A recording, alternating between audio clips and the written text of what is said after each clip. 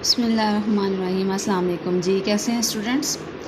तो जी आज हम कारवानी उर्दू जमात सोम किस सबक का आगाज़ करने लगे हैं, वो है जी अच्छी बातें। इसमें हमें बहुत सी अच्छी सी बातें बताई गई हैं जिस पर अमल करना हमारे लिए बहुत ज़रूरी है। चलिए हम इसकी पढ़ाई करते हैं। हर हफ्ते की रात दादी जान बच्चों को कोई अच्छी सी कहानी ज़रूर सुनाती थी।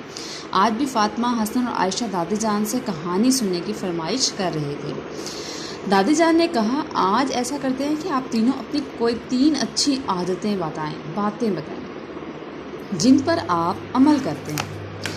ये सुनकर बच्चे खुश हो गए। सबसे पहले आयशा ने कहा, दादी जान मैं बताती हूँ, मैं सुबह उठकर हल्की फुल्की वर्जिश ज़रूर करती हूँ।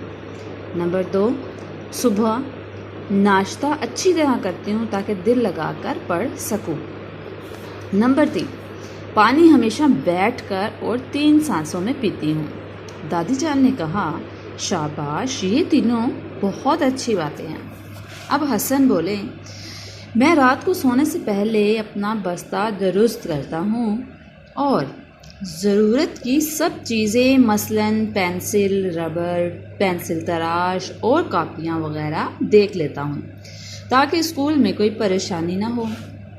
नंबर 2, मैं दूसरों को सलाम करने में पहल करता हूँ। स्कूल में सबके साथ मिलजुल कर रहता हूँ, कभी लड़ाई झगड़ा नहीं करता।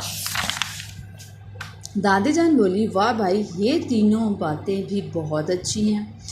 फातिमा ने कहा, मैं हमेशा सच बोलती हूँ, कभी झूठ नहीं बोलती क्योंकि झूठ बोलना बुरी बात है।